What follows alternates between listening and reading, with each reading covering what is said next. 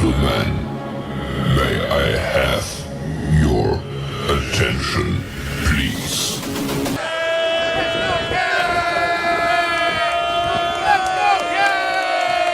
The show starts in 3, 2, 1, go.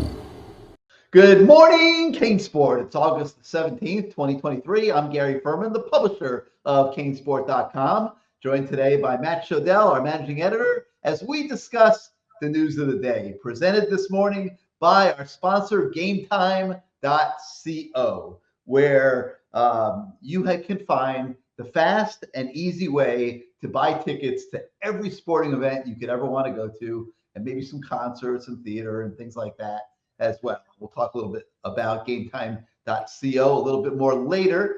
But Matt, I wanted to start off this morning with what I think is a great topic. And we're sitting here. It's a little more than 2 weeks before the start of the regular season, and the media is in force. Man, everyone is excited. Football season's coming. The AP poll is out. Miami, not even on the radar in the AP poll. The coaches poll is out. Miami's like number 40 to start out in that one. The irrelevance in the polls has been earned, ladies and gentlemen. Let's be honest. I could sit here right now and whip out my old trusty, faithful Canes shades here and, wear my Homer hat and be all outraged and everything about the fact that Miami is being totally disrespected and ignored, whatever word you want to use, by the national pollsters, both media and coaches. And nobody thinks that this football team that will begin play on September 1st at Hard Rock Stadium against Miami of Ohio is going to be any good at all. And they are basing their opinion on a 5-7 season from a year ago that was horrific. Let's be honest. It was horrible. It couldn't have been worse. Mario had to remake the coaching staff. He had to remake the roster even further than what he'd already done. I think, and Matt and I'll talk about it, I think the number is like 41 players that line up on September 1st are different than the ones that were lined up last year. Matt, I have that number right? I think I do. It's right in that ballpark. Maybe it's 40. Double check that, Matt, while I'm sitting here going off on my little rant. Listen, the people in the outside world who don't live, breathe, and die Miami Hurricane football like all of us do, ourselves, you guys watching the show, they don't think that this program, that this team is worth a damn. And they're not convincing themselves otherwise. They're not drinking any Kool-Aid. They simply do not care. Okay? My reaction to that is, Matt, and we talk about it on the website, and we're going to talk about it on the show. Who the hell cares? Okay, just win.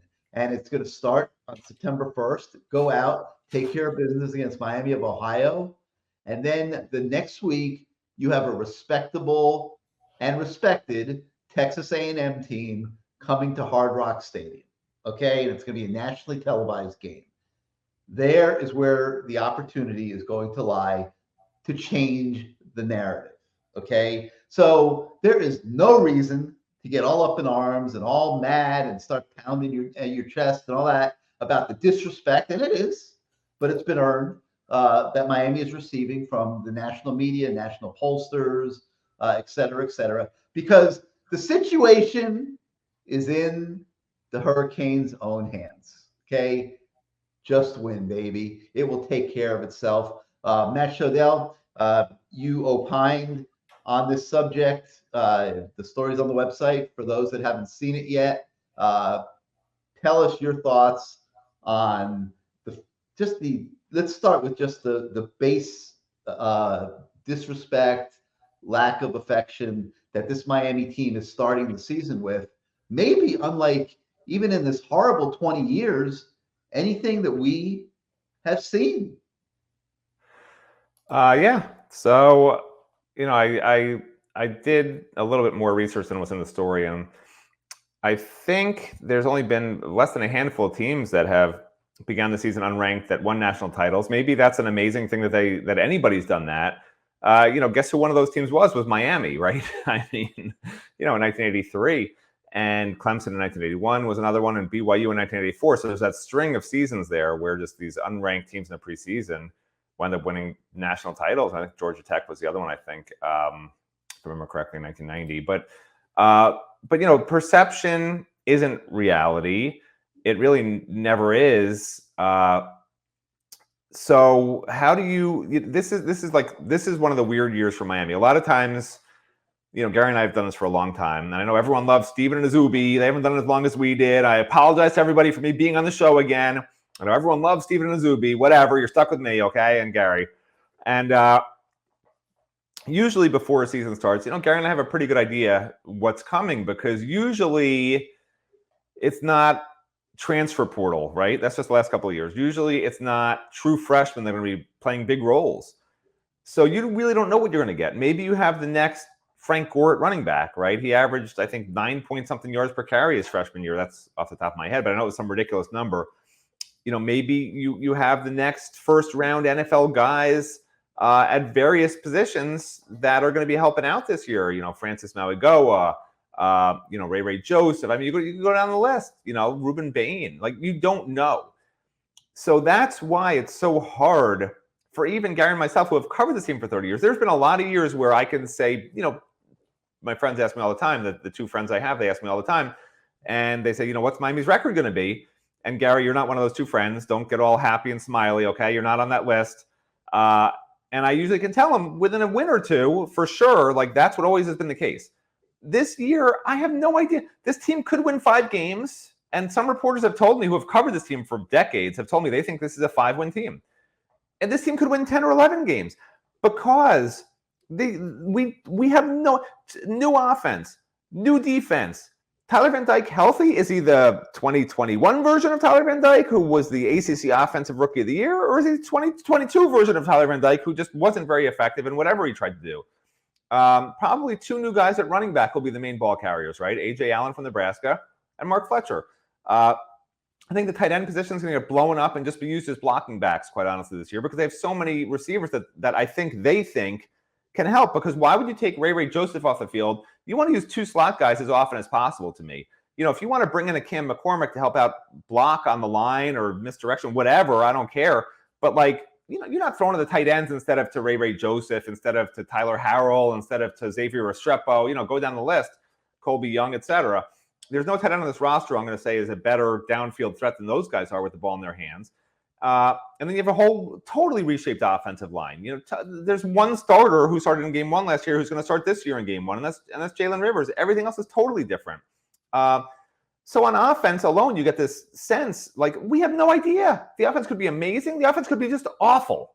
It's all new. It's like all new. And on defense, they've reshaped the whole defense with the transfer portal. Somehow a guy who was a career backup at Louisville for 3 or 4 years is now starting over Wesley Basainth, who was starting the end of last year and was supposed to have this amazing future. Somehow this guy, Francisco Mauigoa from Washington State, looks ridiculously better than Corey Flagg. Although Corey Flagg, in fairness, has looked a lot better this fall. He's held back by a foot problem in the spring.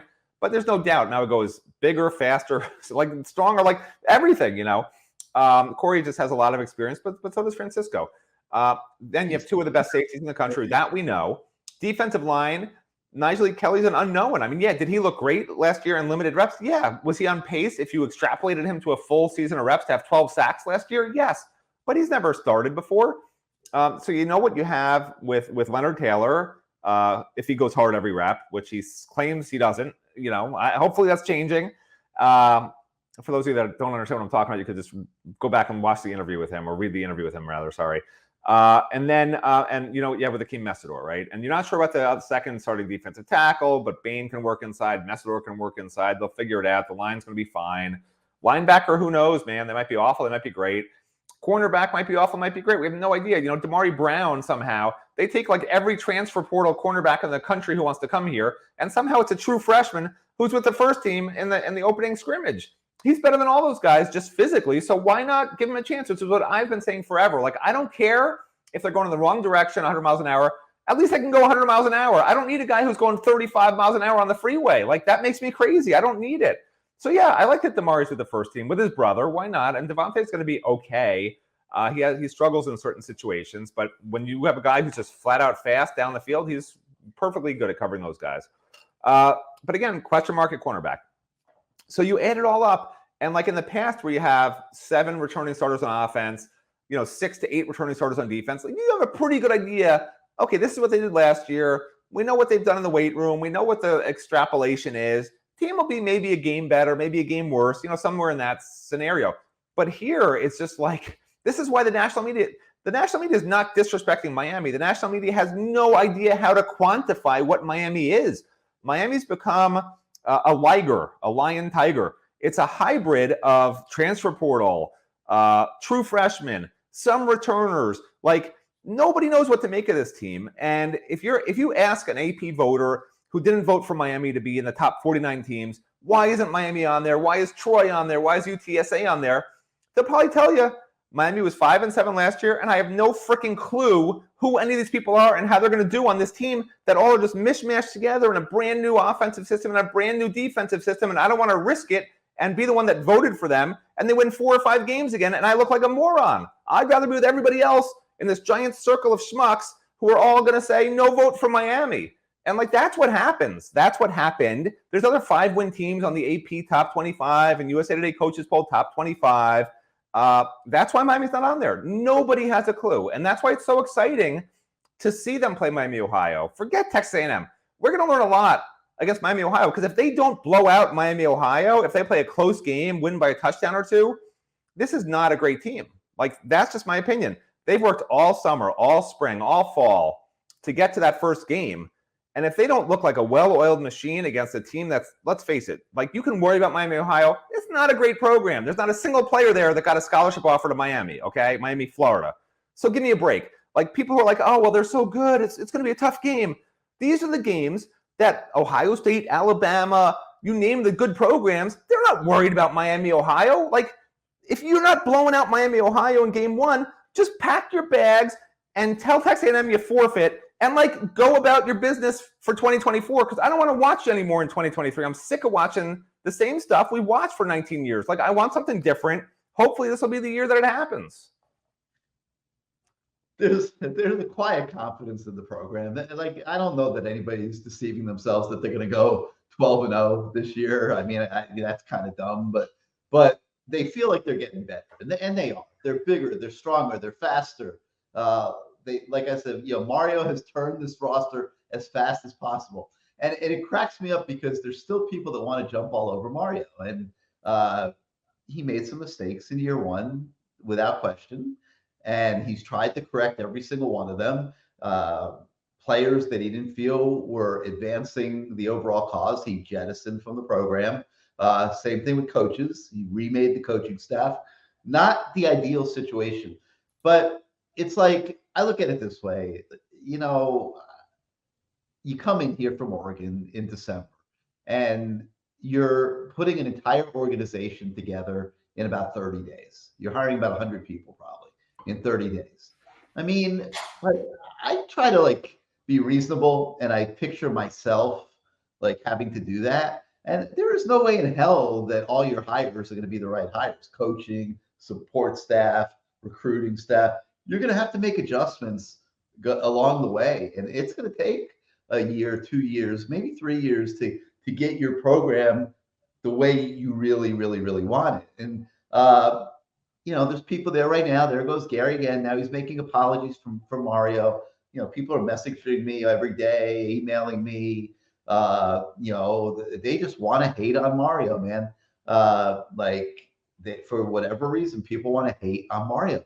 And I don't understand it, because, like, maybe it's because, Matt, we understand the enormity of what's taking place here and how big of a job this is. And, maybe more than the person who doesn't have the same access that we have and isn't up close to it and getting the same perspective every single day. But, like, this is freaking ridiculous, ladies and gentlemen. I mean, it is, like, crazy.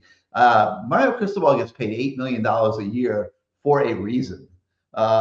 Like you don't go to work every morning and get paid $8 million a year for nothing. He's getting paid $8 million a year because he is doing a damn big job every single day. He is sacrificing his entire life to do it, quite frankly. He's got 2 teenage kids, a family. They don't see him very much. He is at the football complex trying to make this roster better, looking for the next body that will improve them. Whether it's Matt Lee or Javion Cohen on the O-line, whether it's Francisco Mauigoa at linebacker, all the cornerbacks that they brought in, like they are one piece at a time, brick by brick, step by step, trying to make this roster better. Well, and we're going to be talking about this more in the next 2 weeks, but like now the season's coming, and the time is over for reshaping. Now you got to run with what you brought. You got to go to war with what you've been able to put together, and it's not going to be all the way there. Like they're not beating Alabama and Georgia right now. It should be significantly better. We're going to find out what that means. And the thing is, Matt, though, that nobody out there really thinks it's going to be significantly better. You look at the FanDuel Sportsbook, Miami's national championship odds, which of course is absurd, plus 20,000. I mean, it might as well be plus 80,000. I mean, they're not winning the national title this year. They're picked to finish 6th just in the ACC. Okay, so if you just want to measure some progress this year, let's say finish top 3 or 4 in the ACC. Would that do it? What are your expectations? Matt and I, we've been talking about this a lot. The over-under win total for the season has been set at 7.5 by Vegas. What will make the fan base happy? Does 7 wins do it? Does 8 wins? Do they have to win nine wins? Or is somebody going to be crazy enough to say, I'm not going to be happy unless they win 10 or 11 or 12? What will make people happy? What will keep our message boards from not being an absolute imploding nightmare on a weekly basis? What will it take? Matt, I think the expectations that people bring into this season are everything. I think people who live, die, and breathe Miami Hurricanes football have to really take a deep breath, take a step back, and establish a realistic threshold for what will make them happy, what will constitute a success this season, and then see if the team can meet that. But to create pie in the sky expectations, to expect them to win every game, to implode the minute things go bad, they're going to have ups and downs even in games they win. It's not productive on a personal level. It's certainly not productive for a program that needs the mood in the room to change, okay? And it starts in South Florida.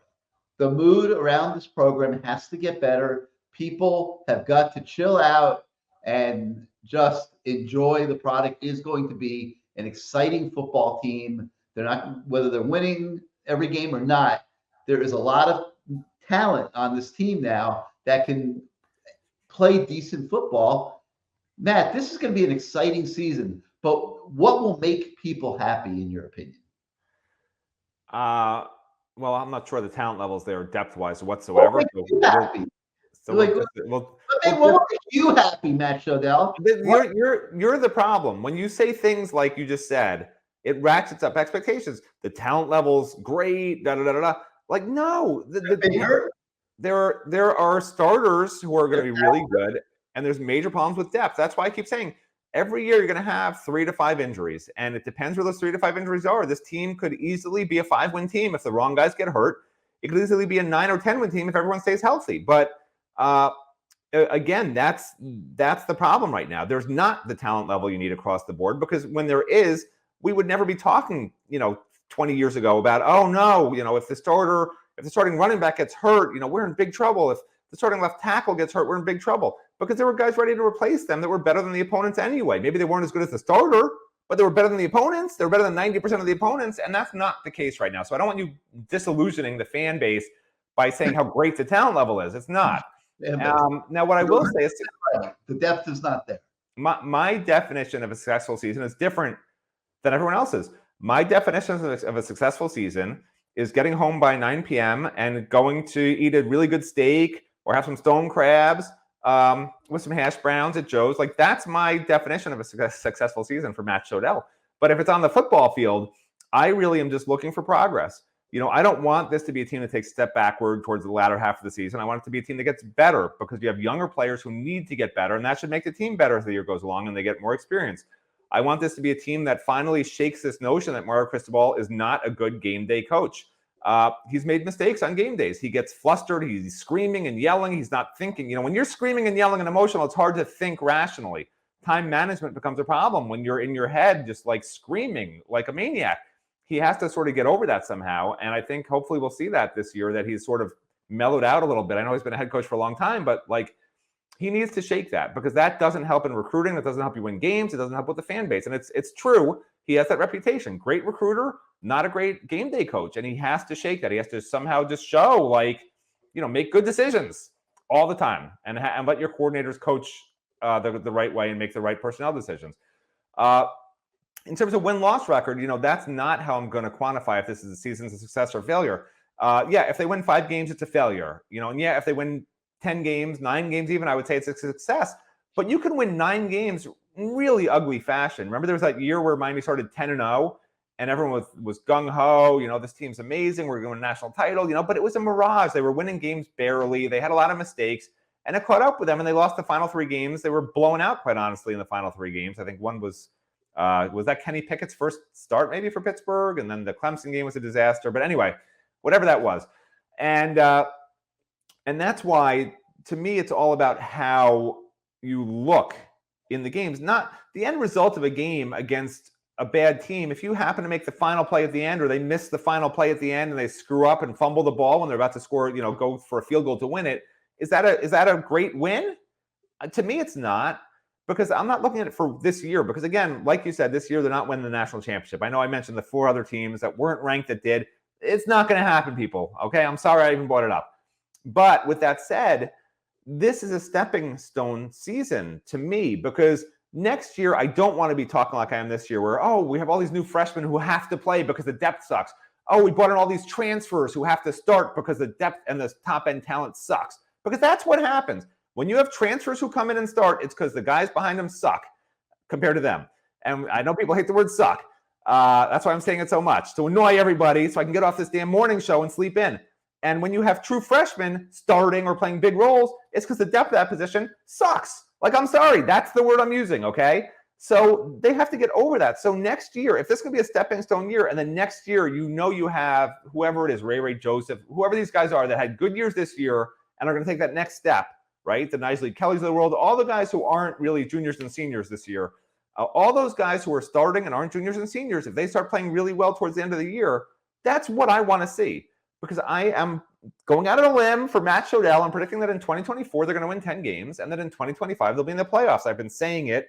Negative Nancy's been saying it, but all people hear is the negative. I've been saying it consistently since the middle of last year, that's my vision for where things are heading.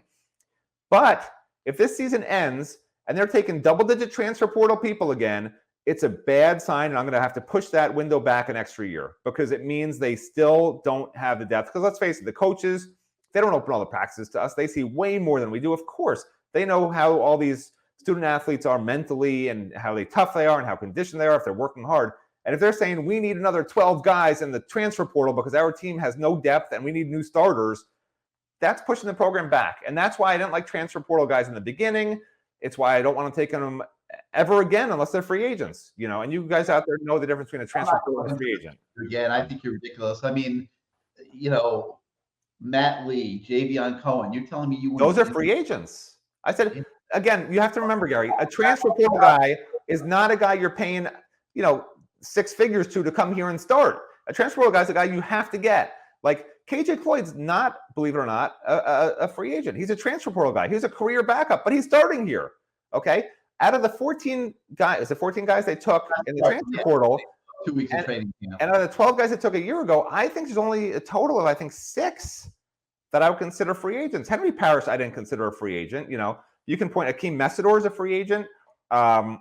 you can point to Francisco Mamigo is a borderline free agent. When they took him, I didn't think so, but then I saw him play, and I'm like, yeah, this guy's really, really good. And this is I don't have to go through the whole every position by position. Like Tyler Harrell's not a free agent to me. I know he came from Alabama, but he's just not. He's a run down the field as fast as you can, throw a bomb to kind of guy, get him off. That Matt Shodell free agent label. He's got to earn it.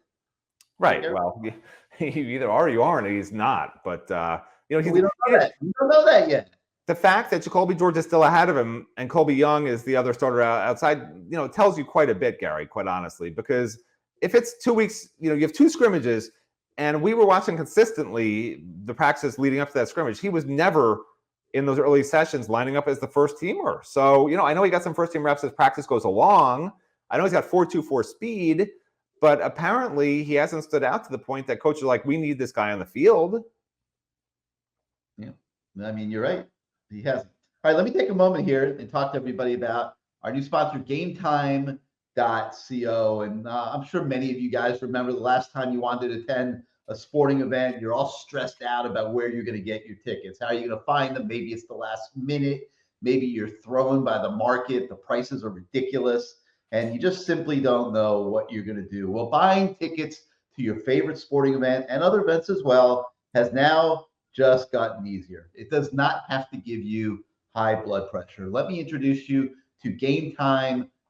You find it on the internet, obviously.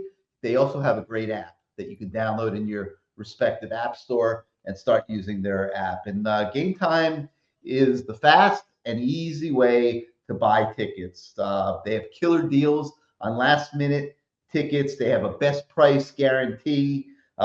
If you find tickets in the same section and row for less money somewhere else, GameTime will credit you 110% of the difference. This is a company that was founded in 2012 when Brad Griffith, the founder, couldn't get tickets for a San Francisco Giants playoff game. He scrambled. He found some at the last minute. He had to go down to his basement where Matt Shodell lives all the time and try to print out his tickets on some old printer because he didn't update his equipment like Matt Shodell. And the whole experience was a nightmare. He barely made the first pitch. So here we are now, 10 years later or so, and GameTime is providing the premier marketplace for last minute tickets to most sporting events in more than 60 cities across the United States and Canada. They've eliminated the need for printing. Everything is based in your app or online. So get ready to score tickets quickly, skip the hassle, enjoy the moment, always at the best price available and even at the last minute. Download the GameTime app, create an account, and use the code CANES, CANES, and they will give you 20%, not 20%, $20. They will give you $20 off your first ticket purchase. And terms do apply to that. Make sure you read the fine print, but they will give you $20 off your first purchase. So again, create an account and redeem the code CANES, CANES, for $20 off your first purchase. Download GameTime today for last minute tickets with the lowest price guaranteed. And we thank GameTime quite a bit for joining the CaneSport family this year and the Good Morning CaneSport. And Matt Shodell, if you ever need tickets, just go to GameTime, okay? Tell them Gary sent you, and they'll give you $20 off your first purchase. CANES is the code. Great. All right. So there was one thing that I saw that was interesting. You talk about it a little bit in your story. There was a website called Fansided, and they list Mario Cristobal. Look, this is the most absurd thing I've ever seen. Maybe that I've ever seen. I mean, I've seen a lot of crazy stuff in my 40 years of covering the Canes. Okay, this is freaking ridiculous. Okay, Mario Cristobal sitting here with the most enormous rebuild a coach could ever have, and this website Fansided is listing him as one of its 5 coaches in the nation on the hot seat. Think about that. I mean, like he's on the hot seat. He's got a 10-year contract. He's got 9 years left on his contract, and even he's got $72 million left on his contract. And he thinks that the athletic director and the board of trustees are going to fire Mario if he has another bad season this year. This is fan side. Matt, why are people so out of their minds? That is so detached from reality. Anybody that's close to this program, that's part of this program, understands what Mario is going through here, trying to get it done. They see how he's upgraded the talent incredibly. Why would anybody use the word hot seat with Mario Cristobal? Well, look, there's a lot of problems. The first problem is the guy who wrote it for Fan-Sided. It's called Fan-Sided, which, who even thinks of a name like that? Fan-Sided, whatever. The guy's name is John Bueller. I don't even know if he's even real. Like Ferris Bueller, John Bueller. I don't know. It sounds fake in the first place. And then you read this guy John Bueller's bio, and it says that he's been part of the Fan-Sided family. I don't know if it was a family since 2015. He is a Georgia Bulldogs fan, okay, graduated from Georgia. This is what he writes in his own bio. He's supposed to be a national college football analyst, and he literally writes that he's a Georgia fan. Anybody who's a real journalist, you don't want people to know who you root for. I don't want people to know I root for Tufts University. If Tufts plays at the University of Miami, I don't know who I'm going to root for. It's going to be a very difficult decision. But, I'll probably root for Miami because I like to go with the winner, and all Tufts does is run the ball. So they really don't have much of a chance anyway. But my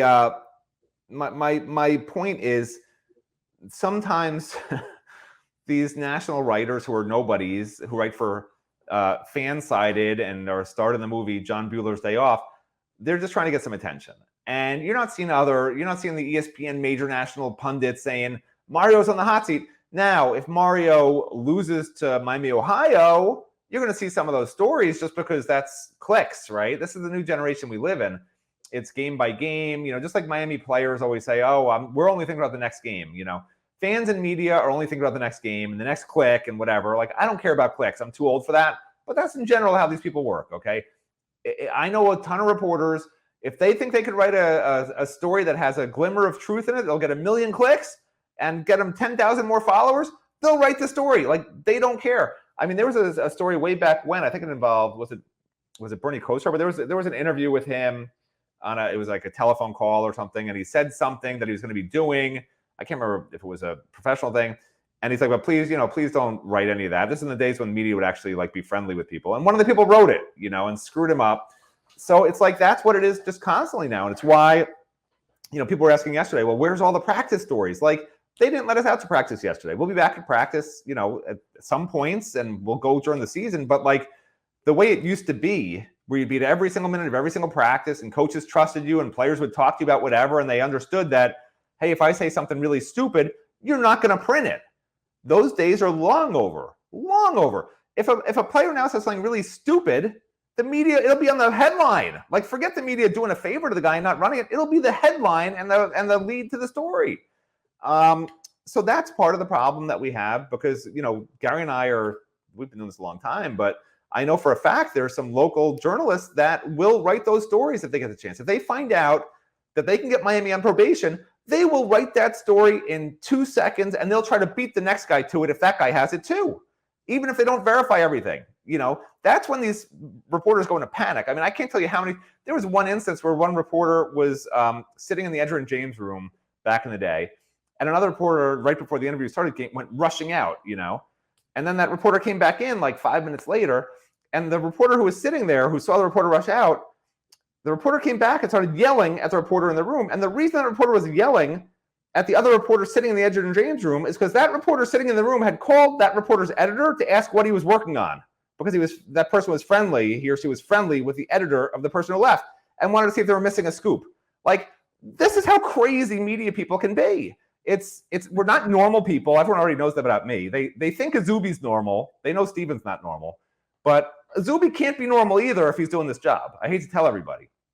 So that's what Mario Cristobal is dealing with. That's why Alabama and all these top programs, they don't let you have access to anything during the season. You talk to the head coach, that's about it. One voice, we're not going to mess around, whatever. And, for us, we have fun. I like to pick apart an interview and grab a sentence or two, hopefully not too out of context, and analyze it. God forbid. I enjoy it. That's fun for me. And I think it's fun for fans, because then they get to go on the YouTube channel and berate me about it. And that's harmless fun. It's harmless fun. To say there's going to be 8 to 10 receivers in games, that's ridiculous. that's harmless fun.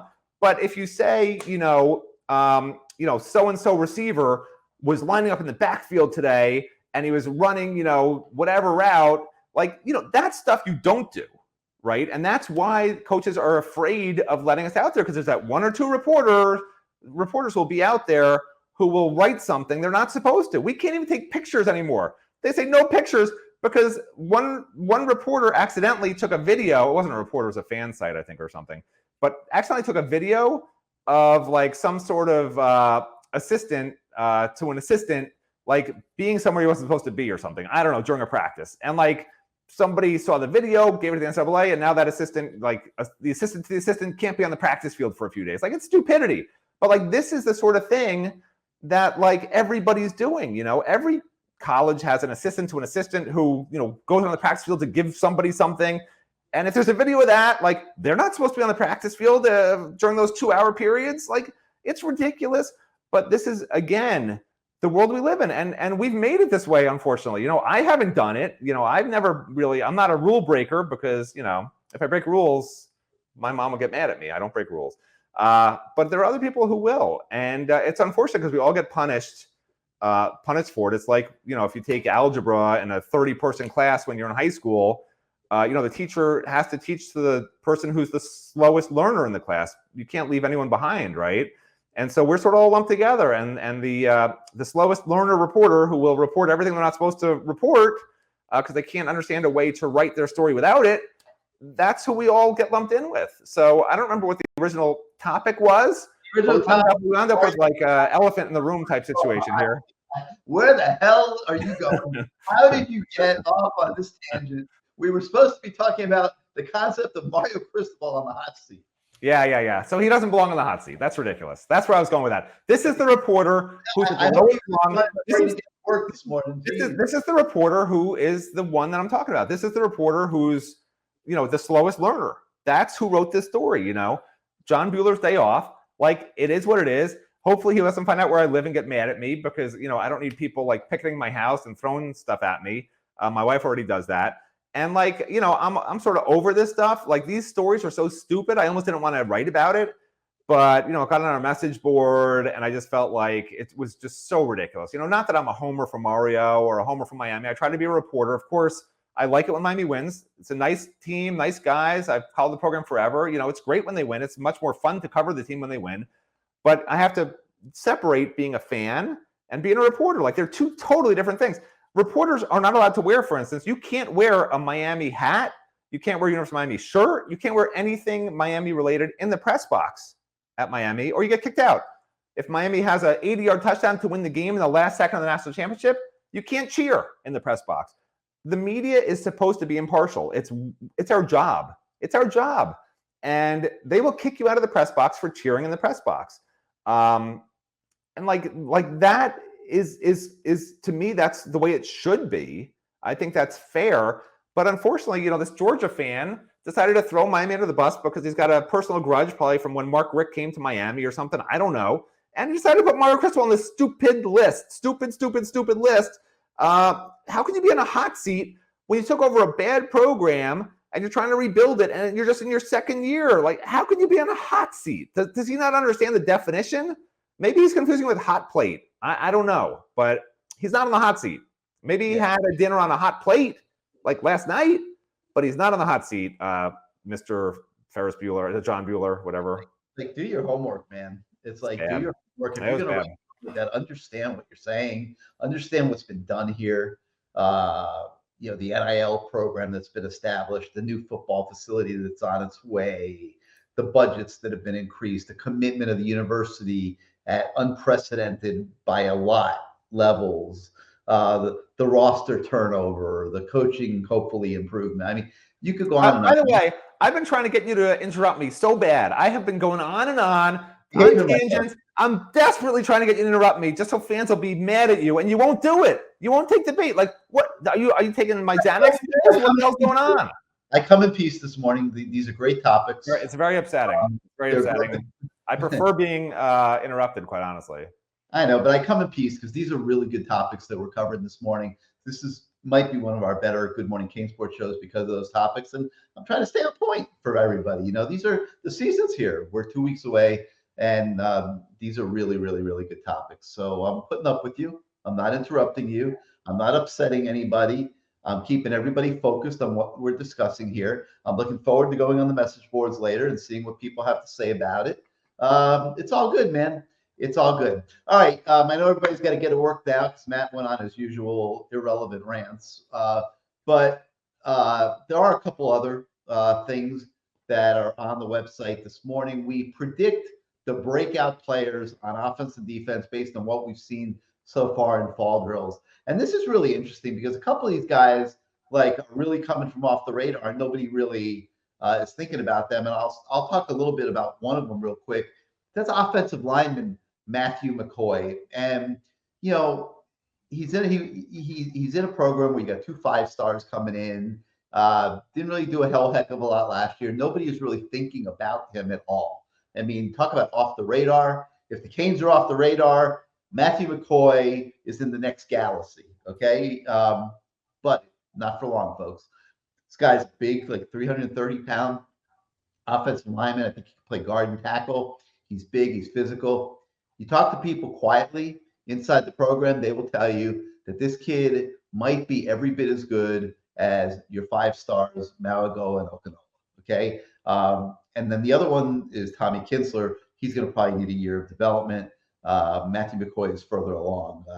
So Matthew McCoy is on that list, for example. So we're not just picking, you know, guys that are the obvious or whatever. I mean, Jacoby George has been coming on really good lately. He's having a very good fall camp. So we threw him on there. You know, Ray obviously looks like he's going to be a breakout player. And then more so than anybody on that list are the 2 young running backs, Mark Fletcher and Jay Allen. Phenomenal talent injection into the program at the running back position. Get excited about it. Check out that story on the offensive breakout players based on what's taking place on the practice field in fall drills. We've had Azubi and Steven working hard on recruiting updates. We've got some of those on the website for you today. We got an update on Virginia Beach, Virginia Salem, 2025 4-star offensive tackle Jalen Gilchrist. He's the number 57 overall prospect in the On 300. Take a look at that story. We have a story. Azubi went over to IMG last week, spoke to Kasani Giles, the 2026 cornerback commit. We've got an update on him, as well as another 2026 offensive lineman, Kini Pepe. While we're covering 2024 recruiting, we're trying to also simultaneously give you guys a head start on 2025, 2026.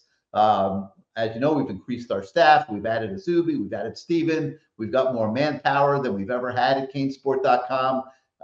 So we can walk and chew gum, and we can not just cover the current recruiting class, but we can give you guys more insight than we ever have in the past into what's coming in 2025 and 2026. That's what we're attempting to do there. We also catch up with IMG Academy linebacker Parker Meese. He's made a move to Florida ahead of his junior season. He shares where Miami stands in his recruitment. So that's going to do it for this morning for Good Morning CaneSport. If you like this show, like our YouTube channel, hit your subscribe button, hit your like button. Helps us quite a bit with the algorithms at YouTube in growing our audience. More so than anything, if you are not yet a subscriber to CaneSport.com, please hustle on over to the site. It's only going to cost you $8 to $10 a month, depending on whether you take monthly or annual. We have kept it very affordable for a couple decades now. We have to obviously sell subscriptions. Your subscriptions allow us to do what we do every day to make your fan experience better. But we try to make it affordable for everybody. Please come join our site, be a part of our community. We do not think that you will be sorry. So for Matt Shodell, I'm Gary Ferman. Hope you've enjoyed this morning's show. Thank you for.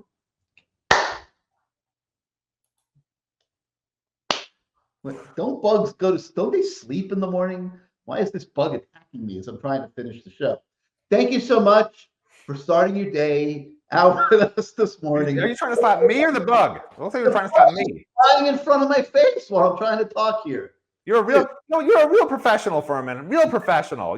I'm sure every other, TV journalist would do the same thing you did and not ignore the bug. Good job. He's like flying in front of me. I'm trying to look at the screen. Thank you so much for starting out your day with us this morning. And we will see you tomorrow morning, everybody, as we talk more about fall camp. And tomorrow we will give you a preview of the scrimmage that'll take place Friday night. Scrimmage number 2, probably the biggest scrimmage of the fall, because after that, they'll start breaking camp and start getting ready for the season. Have a great day, everybody.